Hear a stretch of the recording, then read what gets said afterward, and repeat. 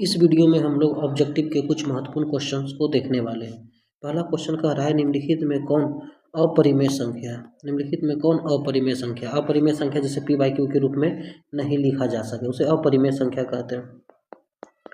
जिसे P by Q के रूप में नहीं लिखा जा सके उसे अपरिमेय संख्या कहते हैं। तो 441 का वर्गमूल 21 होता है, इसे हम लोग पी बाई क्यू के रूप में 2601 किसका वर्गमूल है, तो इसका वर्गमूल है ये 51 का वर्गमूल है, नहीं इसे हम लोग पी बाई क्यू के रूप में लिख सकते हैं, इसे पी बटा क्यू के रूप में लिख सकते हैं। 2209 जो है ये 47 का वर्गमूल है, 47 का ये वर्गमूल है, इसका वर्गमूल है जो 47 आ जाएगा ये, इसे भी हम लोग पी बाई क्यू के रूप में लिख सकते हैं। लेकिन 2 से इसको यदि कैंसिल करेंगे तो ये 50 बार में 1/√50, जिसे पी बाई क्यू के रूप में हम लोग नहीं लिख सकते हैं। इसलिए ऐसी स्थिति में है जो पहला क्वेश्चन का ऑप्शन नंबर डी है जो करेक्ट है। अब अगला क्वेश्चन देखते हैं। यदि दो धनात्मक पूर्णांक के लसाअ तथा मौसा समान है, पूर्णांक कैसा है, धनात्मक है, इसका लसाअ और मौसा दोनों बराबर है तो संख्या होगी। मान लेते हैं कोई धनात्मक पूर्णांक, जैसे मान लेते हैं कि एक धनात्मक पूर्णांक तो 2 है, दूसरा भी 2 है, तो ऐसी स्थिति में इसका लसाअ यदि निकालते हैं तो लसाअ 2 आएगा, और मौसा भी निकालते हैं तो मौसा भी क्या आएगा, 2 है। यदि 6 ले लेते हैं तो इसका लसाअ निकालते हैं तो लसाअ भी इसका 6 आएगा, और मौसा यदि हम लोग निकालते हैं तो मौसा भी क्या आएगा, 6 आएगा। यानी दोनों लसाअ मौसा कब समान आता है, जब दोनों धनात्मक पूर्णांक क्या है, समान हो। दोनों धनात्मक पूर्णांक कैसे हो, बराबर हो, अर्थात ऑप्शन नंबर सी है जो इस क्वेश्चन का करेक्ट है। यदि धनात्मक पूर्णांक समान होंगे तो उसके लसाअ तथा मौसा भी दोनों बराबर होंगे। अब अगला क्वेश्चन 0.0001 के ऊपर रेकरिंग है, तो इसको लिखेंगे तो रेकरिंग कितने अंक पे है, 4 अंक पे। रेकरिंग हटाएंगे तो इसके बदले सीधे 4 9 का प्रयोग करेंगे, 1/9999, यानी ऑप्शन नंबर थर्ड का ए है जो करेक्ट आंसर है। यहाँ क्वेश्चन नंबर 4 कह रहा है कि किसी पूर्णांक m के लिए विषम संख्या का रूप होगा। किसी पूर्णांक, कोई भी पूर्णांक यदि है तो m के लिए विषम संख्या का रूप क्या होगा। यदि m हम लेते हैं, ऑप्शन से चेक करते हैं इसको, यदि m की जगह पे हम 1 पुट करेंगे तो ये विषम संख्या आ जाएगा, m की जगह पे 2 पुट करेंगे तो ये सम संख्या आ जाएगा, विषम संख्या का रूप नहीं होगा। उसी प्रकार ऑप्शन नंबर बी, यदि m की जगह पे हम पूर्णांक को 1 रखते हैं तो 1 + 1 ये 2 आ जाएगा, सम संख्या आ जाता है, ये भी नहीं होगा। 6m, तो m के जगह पे यदि 1 रखेंगे हम तो 6 + 6 × 1 6 चलाएगा, तो ये भी विषम संख्या का रूप नहीं होगा। इस ऑप्शन नंबर डी में m के जगह पे यदि 1 रखेंगे तो 6 और 1 7 आ जाएगा, m के जगह पे यदि 2 रखेंगे 6 दूनी 12 और 1 13, सब विषम संख्या प्राप्त हो रहा है। यदि 3 रखा जाएगा तो 6 3 18 1 19, विषम संख्या के रूप में ये सभी प्राप्त हो रहा है, इसलिए ऑप्शन नंबर डी है जो इस क्वेश्चन का करेक्ट आंसर है। क्वेश्चन नंबर 5, लसाअ दिया हुआ है, तो लसाअ क्या होता है, दो को यहाँ पे दिया हुआ a b और c का मान दिया गया, इसका लसाअ दिया, तो लसाअ जो होता है इसमें जो सबसे बड़ा पावर होगा वही इसका लसाअ होगा। तो 3 का पावर 4, लसाअ में 3 का पावर कितना है, 4, तो यहाँ मैक्सिमम पावर 4 है।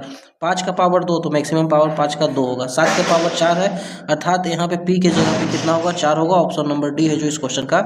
क्वेश्चन नंबर 6 को देखते हैं। यहाँ पे कह रहा है क्वेश्चन में कि 81 का क्यूब रूट का परिमेयकारी गुणक, परिमेयकारी गुणक मतलब इसमें किससे गुना करने पे ये रूट से बाहर चला है, तो 81 को लिख सकते हैं 9 × 9 का क्यूब रूट। यहाँ पे क्यूब के लिए पेयर 3 का होना चाहिए, 1 कम रहा है, तो इसलिए यहाँ पे हम लोग 1 क्यूब रूट 9 से गुना कर देंगे, यानी 6 का ऑप्शन नंबर सी है जो करेक्ट आंसर होगा। क्वेश्चन नंबर 7 को देखते हैं। इतना का मौसा पूछ रहा है, संख्या दिया हुआ है आपका और इसका मौसा पूछ रहा है, जहाँ 122 अभाज्य संख्या हो, तो मौसा में क्या होगा, सबसे पहले 36 54 और 90 का मौसा निकालेंगे, तो 36 54 90 सबसे बड़ी संख्या किससे कट रहा है, तो 18 से ये डिविजिबल है। ऐसी स्थिति में एक ही ऑप्शन आ रहा है जहाँ पे संख्या से ही सीधे पता चल जाएगा कि इसका मौसा क्या होगा। 18 36 से ये कट जाएगा, ये नहीं कैंसिल होगा, ये नहीं कैंसिल, ये नहीं होगा मौसा, 90 भी नहीं होगा, 180 भी नहीं होगा, यानी ऑप्शन नंबर ए है जो 7 का करेक्ट आंसर है। सिर्फ संख्या से इसका मौसा पता कर लेंगे हम लोग। अगला 8वां नंबर क्वेश्चन, 1440 को हम लोग फैक्टर के रूप में लिखा गया है यहाँ पे, तो p + q + r, तो 1440 का हम लोग फैक्टर पहले फाइंड आउट करते हैं कि 1440 का फैक्टर क्या होगा। 2 से लगाएंगे 7 2 20, 2 से लगाएंगे तो ये 360 बार में कटेगा, 2 से लगाएंगे तो ये 180 बार में, 2 से लगाने पे 90, 2 से लगाएंगे तो ये 45 दूनी 90, 3 से उसके बाद कैंसिल करेंगे तो 15 बार में, 3 से कैंसिल करेंगे 5 बार में। तो यहाँ क्या देख रहे हैं, 2 कितने बार आया है, 2 2 4 1 5, तो 2 का पावर 5। 3 कितने बार आया, 3 2 बार आया, और 5 1 बार आया। तो p का मान कितना हो जाएगा, p का वैल्यू है जो यहाँ से 5 चला आएगा, q का वैल्यू 2 के बराबर है, r का मान 1 के बराबर है। तो P के जगह 5 रखेंगे, Q के जगह पे 2 और R के जगह पे 1, 5 तो 7, 7 में से 1 जाएगा 6। ऑप्शन नंबर ए है जो इस क्वेश्चन का करेक्ट आंसर है। क्वेश्चन नंबर 9, निम्नलिखित में किसका दशमलव प्रसार अशांत? तो अशांत का मतलब हो गया हर का गुणनखंड 2 या 5 के अलावा आ जाए, 2 या 5 के अलावा कोई दूसरा संख्या रहेगा तो वह क्या होगा? अशांत होगा। तो यहाँ 400 का यदि हम लोग फैक्टर करते हैं तो 400 को लिख सकते हैं 20 गुना 20, 400 होगा। ऊपर में आपका 125 रहेगा। अब यदि इसको हम तोड़ते हैं, 2 दूनी 4 पचे 20, 2 दूनी 4 पचे 20, यानी 2 5 के रूप में आ रहा है, ये शांत होगा। 250 को लिख सकते हैं 5 पचे 25 पचे 125 दूनी 250, 2 5 के रूप में है, इसका दशमलव प्रसार शांत होगा। और 625 को लिख सकते हैं 5 गुना 5 गुना 5 गुना 5, 5 के रूप में, इसका दशमलव प्रसार भी शांत होगा। तो ऑप्शन नंबर 9 का सी है जो करेक्ट आंसर होगा। 10, यदि n एक प्राकृतिक संख्या है तो 9 का पावर 2n माइनस 4 का पावर 2n सदैव विभाज्य होगा। तो n एक प्राकृतिक संख्या है, तो मान लेते हैं हम n का वैल्यू किसके बराबर? 1 के बराबर है। तो यहाँ पे इसके जगह पे हम लोग पुट करेंगे 9 2 गुना 1 माइनस 4 का पावर 2 गुना 1, तो गुना करेंगे 2, 9 का पावर 2 यानी 9 9 81, 4 का पावर 2 मतलब 16, 81 में से 16 जाएगा 5, 7 में से 1 जाएगा 6, 65। 65 किससे विभाज्य है? तो ये 65 यहाँ पे 5 से भी कट रहा है और ये 13 से भी कट रहा है, दोनों से कट रहा है।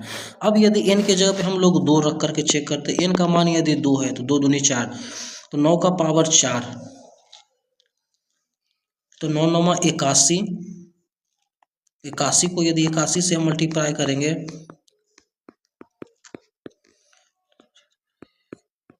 पैंसठ 61, यानी 65 61 चलाएगा। उसी प्रकार यहाँ 2 दूनी 4, 4 चौक 16 16 256, इसको यदि कैंसिल करते 11 में से 6 जाएगा, 5 चलाएगा ये, और 5 में से 5 जाएगा ये 0 हो जाएगा, 5 में से 2 जाएगा 3 बचेगा ये 6, तो ये 5 से कट रहा है क्योंकि इसका इकाई का अंक 5 है। 13 से यदि 13 से भी कैंसिल हो जाएगा, तो यहाँ पे 5 से भी कट रहा है 13 से भी कट रहा है, तो ऐसी स्थिति में 10 का ऑप्शन नंबर सी है जो करेक्ट आंसर हो जाएगा। यहाँ पर 11 नंबर क्वेश्चन कह रहा है कि यदि 65 तथा 117 का मौसा इतना के रूप में है तो n का मान ज्ञात करना है, यानी इन दोनों का मौसा निकालना। तो इसका यदि हम लोग मौसा निकालते हैं यानी HCF निकालते हैं, दोनों किससे कौन सी बड़ी से बड़ी संख्या से ये कट रहा है, तो 13 पचे 65 13 9 17 से, यानी HCF कितना चलाता है? सीधे 13, दोनों का HCF निकालते हैं 13 से कटता है। तो इसका मतलब यह जो है किसके बराबर है? 65n माइनस 117 के बराबर, माइनस 17 इधर आएगा, 117 इधर प्लस में हो जाएगा, तो 13 प्लस 117 बराबर 65 है, 65n। इसको यदि जोड़ते हैं तो 130 बराबर 65n, n का मान निकालना है, 65 से काटेंगे 2 बार में, n का मान पूछ रहा है, ऑप्शन नंबर सी है करेक्ट है। क्वेश्चन नंबर 12 देखते हैं का दशमलव प्रसार दशमलव के कितने स्थानों के बाद शांत होगा? इसका जो दशमलव प्रसार है, दशमलव के कितने स्थानों के बाद शांत होगा, तो इसको हम लोग भाग देख करके चेक करेंगे। 12 से यदि हम 141 में भाग लगाते हैं, 0 भी छोड़ करके भाग लगाते हैं, तो 12 एकम 12, 2 21 हो जाएगा यहाँ पे। उसके बाद 12 एकम 12, 9 बार में दशमलव लगेगा 0, 12 8 96, सॉरी 12 7 7 बार में लगेगा यहाँ पे 84 होगा ये, 6 बचेगा दशमलव कारण 0, 12 पचे 60, यानी यदि 141 को हम 12 से भाग लगाते हैं तो 11.75 चलाता है। वही यदि हम 141 को 120 से भाग लगाएंगे तो एक अंक दशमलव और घसक जाएंगे, 1.175 इसका मान होगा। तो दशमलव है जो पूरी तरह से ये कटा है कितने अंक के बाद, तो 3 अंक के बाद इसका मान है जो शांत हो गया, यानी दशमलव के कितने स्थान के बाद शांत होगा, तो ऑप्शन नंबर सी है जो इस क्वेश्चन का करेक्ट आंसर होगा। क्वेश्चन नंबर 13, बहुपद दिया हुआ है px qx का मौसा इतना है तो px qx हो सकते हैं, इसका मौसा है 6x माइनस 9, तो इसको यदि हम तोड़ते हैं तो इसको हम इसमें से हम क्या कॉमन निकाल सकते हैं? 3 कॉमन निकाल सकते हैं, तो 2x माइनस 3 के रूप में। तो मौसा का मतलब क्या होता है कि जो सबसे दोनों में जो कॉमन मिलता है वही मौसा होता है। तो यहाँ पे हम लोग ऑप्शन से चेक करेंगे दोनों में क्या कॉमन है, तो दोनों में 2x माइनस 3 होना जरूरी है, तो 2x माइनस 3 इसमें है लेकिन इसमें नहीं है, 2x माइनस 3 इसमें है लेकिन इसमें नहीं है, तो मौसा नहीं हो सकता। इसमें इससे निकल जाएगा 2x-3, लेकिन यहाँ पे नहीं है तो ये भी नहीं हो सकता है। तो यहाँ पे देख रहे हैं 2x-3 2x-3 दोनों में है, तो ऑप्शन नंबर डी है जो करेक्ट आंसर है। मौसा जब भी होगा तो जो बहुपद दिया रहेगा, जो चर दिया रहेगा, दोनों चर में यदि कॉमन है वही उसका मौसा होता है। तो यहाँ पे जो कॉमन मिलता है 2x-3 यहाँ है, 2x-3 इसी ऑप्शन में है, तो इसलिए 13 का ऑप्शन नंबर डी है जो करेक्ट है। अब अगले क्वेश्चन की तरफ देखते हैं। क्वेश्चन नंबर 14, निम्नलिखित में कौन बीजीय व्यंजक बहुपद नहीं है? तो बहुपद नहीं है तो बहुपद पहचानने का सिंपल तरीका क्या है कि जहाँ जो चर रहता है उसका जो घात होगा धनात्मक पूर्णांक होना चाहिए, धनात्मक संख्या होना चाहिए। उसका घात जो न तो माइनस में होना चाहिए, न रूट भिन्न में होना चाहिए, न रूट में रहना चाहिए। इन सभी में जब भी रहेगा तो धनात्मक संख्या में रहेगा।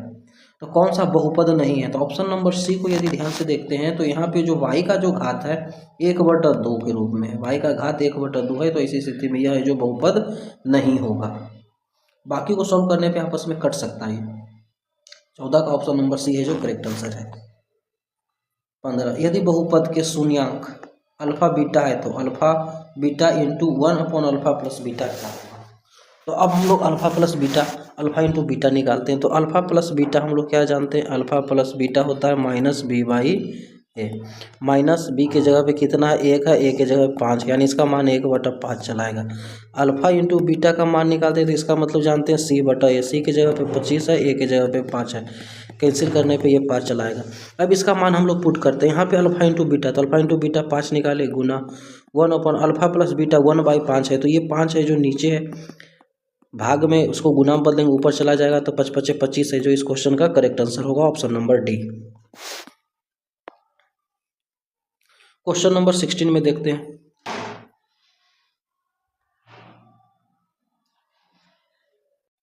अब बढ़ते हैं अगले क्वेश्चन। क्वेश्चन नंबर 16 कह रहा है कि बहुपद px का एक शून्यक 5 है तो निम्नलिखित में कौन px का एक गुणनखंड है?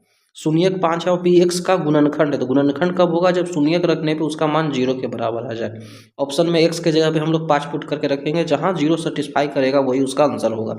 यदि यहाँ 5 रखते हैं तो 5 में से 5 जाएगा 0, ऑप्शन नंबर फर्स्ट इसको सेटिस्फाई करा, आंसर हो जाएगा। यहाँ 5 रखेंगे तो 5 दूनी 10 प्लस 5 यानी ये 15 चलाएगा, ये 0 के बराबर नहीं आ पाएगा।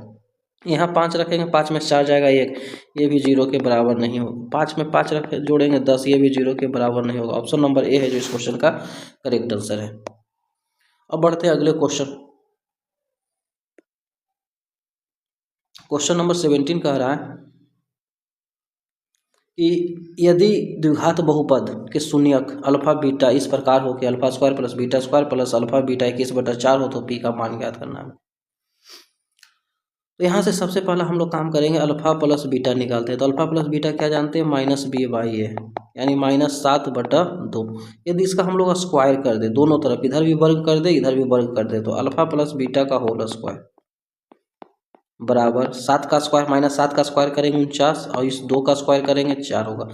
इसको फार्मूला पे तोड़ेंगे, a प्लस बी का होल स्क्वायर, तो a² plus b² plus 2ab बराबर 49/4। लोग इसको यहाँ लिख सकते हैं alpha square plus beta square plus alpha beta plus alpha beta बराबर 49/4।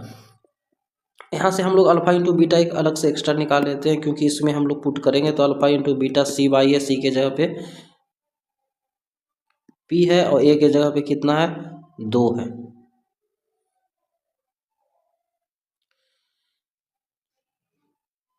तो अल्फा स्क्वायर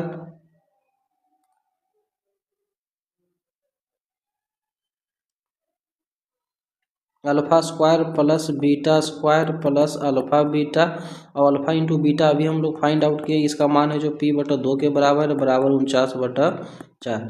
क्वेश्चन में दिया हुआ है कि इसका जो मान है यहाँ से यहाँ तक, इसका मान 21/4 है, तो यहाँ पे हम लोग पुट कर देंगे 21/4 प्लस p/2 बराबर 49/4। हमको p/2 का मान निकालना है, तो इसको अकेला छोड़ेंगे तो 49 की तरफ 21 जाएगा, तो माइनस में से 49 में से 21 जाएगा, तो 28/4 काट कैंसिल करेंगे, 7 बार में कटेगा, तो पी का मान कितना निकल के चला आएगा? 14। ऑप्शन नंबर सी है जो इस क्वेश्चन का करेक्ट आंसर होगा। अब बढ़ते हैं अगले क्वेश्चन। क्वेश्चन नंबर 18 क्या कह रहा है? बहुपद x minus two x plus two plus x Q minus one x plus one का घात है। तो घात क्या होता है, किसी भी बहुपद का घात उसका मैक्सिमम पावर होता है, बड़ा पावर ही घात होता है। तो यदि इसको हम लोग आपस में गुना करेंगे तो एक्स स्क्वायर यहाँ से मिलेगा, इसको यदि गुना करेंगे तो एक्स के पावर 4 होगा। सब प्लस में है तो प्लस में रहने पर भी घात जो है सबसे बड़ा कौन होगा, पावर 4 वाला ही रह पाएगा। 18 का ऑप्शन नंबर ए है जो करेक्ट आंसर है। 19 नंबर, बहुपद A Y square plus B Y plus C जहाँ A is not equal to 0 का आलेख होता है। तो ये द्विघात समीकरण होगा। द्विघात समीकरण का आलेख होता है जो परवलयिकार होता है। ऑप्शन नंबर ए है जो करेक्ट आंसर है। 20, यदि किसी द्विघात बहुपद R X X square plus B X plus C के शून्यक 6 और -2 हो तो बी तथा सी के मान क्रमशः है। इसका शून्यक दिया हुआ है, तो इसका यदि शून्यक दिया हुआ है तो हर एक शून्यक में इस शून्यक को 6 का मान हम लोग पुट करेंगे एक्स के जगह पे। तो 6 का स्क्वायर प्लस बी गुना 6 प्लस सी बराबर 0, 6 का स्क्वायर 36 प्लस 6b प्लस सी बराबर क्या आ जाएगा 0। तो यहाँ से हम लोग के पास निकलेगा 6b प्लस सी बराबर प्लस 36 इधर आएगा -36 के रूप में। अब यदि -2x के जगह पे पुट करते 2 दूनी 4 हो जाएगा, ये -2b प्लस सी बराबर 0। तो इसको यदि हम उस तरफ लेकर के जाते हैं 2b माइनस सी बराबर 4, ये सेकेंड इक्वेशन हम लोग फाइंड आउट कर लेते हैं। अब दोनों इक्वेशन को सॉल्व करेंगे तो यहाँ देख रहे हैं फर्स्ट में प्लस सी है, ये माइनस है। फर्स्ट प्लस सेकेंड करने पे पहला इक्वेशन दूसरा इक्वेशन को आपस में जोड़ते हैं। तो यहाँ जोड़ते हैं हम लोग 6b प्लस सी बराबर -36, यहाँ 2b माइनस सी बराबर 4। दोनों को यदि हम जोड़ेंगे तो ये कैंसिल हो जाएगा, 6 2 8b बराबर -32 काट कैंसिल करेंगे -4 के बराबर आ जाएगा। b का जो मान आया ये -4। अब b का मान सेकेंड में पुट कर देंगे तो -8 माइनस सी बराबर 4 माइनस सी बराबर 12, तो सी का मान हो जाएगा -12। तो यहाँ से हम लोग बी और सी का वैल्यू फाइंड एक जगह पे लिख देंगे। बी का जो मान आया है -4 और सी का मान आया -12 के बराबर। ऑप्शन नंबर ए है जो इस क्वेश्चन का करेक्ट आंसर है। अब बढ़ते हैं अगले क्वेश्चन। यदि 3 का पावर x प्लस वाई जो है बराबर है 3 का पावर x माइनस वाई बराबर √27 के, तो y का मान ज्ञात करना है। तो यहाँ से सॉल्व करते हैं 3 का पावर x प्लस वाई जो होगा इस √27 के भी बराबर होगा। 3 का पावर x प्लस वाई बराबर 27 को लिख सकते हैं हम लोग 3 तिया 9 9 तिया 27 के रूप में। तो यहाँ 2 के बदले 1 निकलेगा, एक रूट में ही रह जाएगा ये। या फिर इसको लिख सकते हैं हम 3 का पावर 3 और यहाँ रूट हटाएंगे तो 1/2 यानी 3 का पावर 3/2। तो 3 का पावर यहाँ से 3/2 चलाएगा। तो x प्लस वाई जो होगा 3/2 के बराबर होगा। इसका मतलब 1.5 के बराबर आएगा, क्योंकि जब बेस सेम है तो पावर भी सेम होगा। ये दोनों इस बेस सेम है तो दोनों का पावर भी आपस में सेम होगा। उसी प्रकार यदि अगला 3 का पावर x माइनस वाई का तुलना इससे करते हैं हम लोग, तो यहाँ पे क्या आएगा x माइनस वाई भी जो होगा 1.2 के बराबर 5 के बराबर होगा। तो 2x बराबर 3, तो x बराबर 1.5। x का मान इतना आया तो y क्या होगा, तो 0 होगा।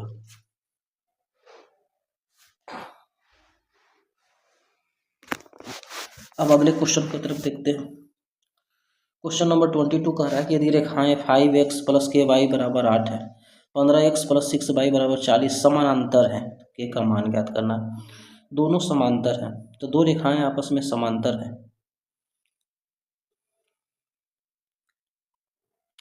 कब दो रेखाएं समांतर होगी, जब a1/a2 जो होगा बराबर होगा b1/b2 के, is not equal to c1/c2। दोनों रेखाएं आपस में समांतर हो। a1 का मान कितना है, तो a1 5 है, a2 कितना है 15 है, ये बराबर होगा k/6 के। 5 या 15 3 से 6 को काटेंगे 2 बार में, k का मान कितना निकल के चलाएगा 2। Option number A correct answer होगा इसका। क्वेश्चन नंबर 23, समीकरण युग्म 6x माइनस 9y प्लस 6 बराबर 0, 18x माइनस 27y प्लस 15 बराबर 0 का एक और केवल एक हल होगा। तो यहाँ हम लोग इसका तुलना करते हैं, जैसे a1/a2 तो 6/18 कैंसिल करने पे 1/3। उसी प्रकार B1/B2 का तुलना करते हैं तो -9 -27 कट करके ये 1/3 के बराबर आ जाएगा। C1/C2 का तुलना करते हैं 6/15, 3 से काटेंगे 2 बार में, 3 से काटेंगे 5 बार में, 2/5। तो यहाँ हम लोग क्या देखते हैं कि A1/A2 का जो मान है B1/B2 के बराबर है और यह जो है C1/C2 आपस में बराबर नहीं है। तो जब ऐसी स्थिति हो तो दोनों रेखाएं आपस में समांतर होगी। समांतर होने का मतलब कोई हल नहीं होगा। तो इसका C नंबर क्वेश्चन है जो करेक्ट आंसर होगा।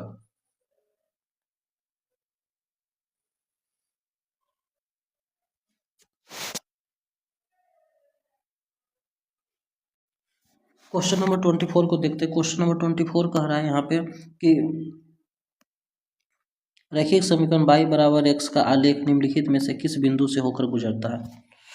जब यहाँ पे y और x बराबर है, x y का मान बराबर है, तो इसी स्थिति में इसका आलेख एक सीधी रेखा में होगा और यह मूल बिंदु से होकर गुजरेगा, ठीक है, यानी 0 0, जहाँ पे दोनों का मान बराबर हो मूल बिंदु से गुजर सकता है, या फिर 1 1 जहाँ x y बराबर हो, 2 2 3 3 इस तरह का निर्देशांक दिया रहेगा तो उन सभी बिंदुओं से होकर गुजरेगा जब x और y बराबर है। तो ऐसी स्थिति में ऑप्शन नंबर डी है जो इस क्वेश्चन का करेक्ट आंसर होगा। क्वेश्चन नंबर 25, यदि समांतर श्रेणी का nवां पद 3n+8 है तो उसका सारवंतर क्या होगा। तो हम लोग मान लेते हैं कि nवां पद का मतलब हो गया, मान लिया कि हम पहला पद ज्ञात करते हैं, तो पहला पद यानी 1 निकालते हैं, तो 3 × 1 + 8, 3 + 8 11 होगा। यदि दूसरा पद फाइंड आउट करते हैं तो 3 × 2 + 8, 3 दूनी 6 8 14, पहला 11 दूसरा 14, तो डी बराबर क्या जानते हैं, T2 - T1, 14 में से 11 जाएगा यानी 3 का अंतर आ रहा है, तो इसका सारवंतर क्या होगा, 3 होगा। ऑप्शन नंबर 1 करेक्ट आंसर है। क्वेश्चन नंबर 26, समांतर श्रेणी 81 72 63 का कौन सा पद 0 होगा।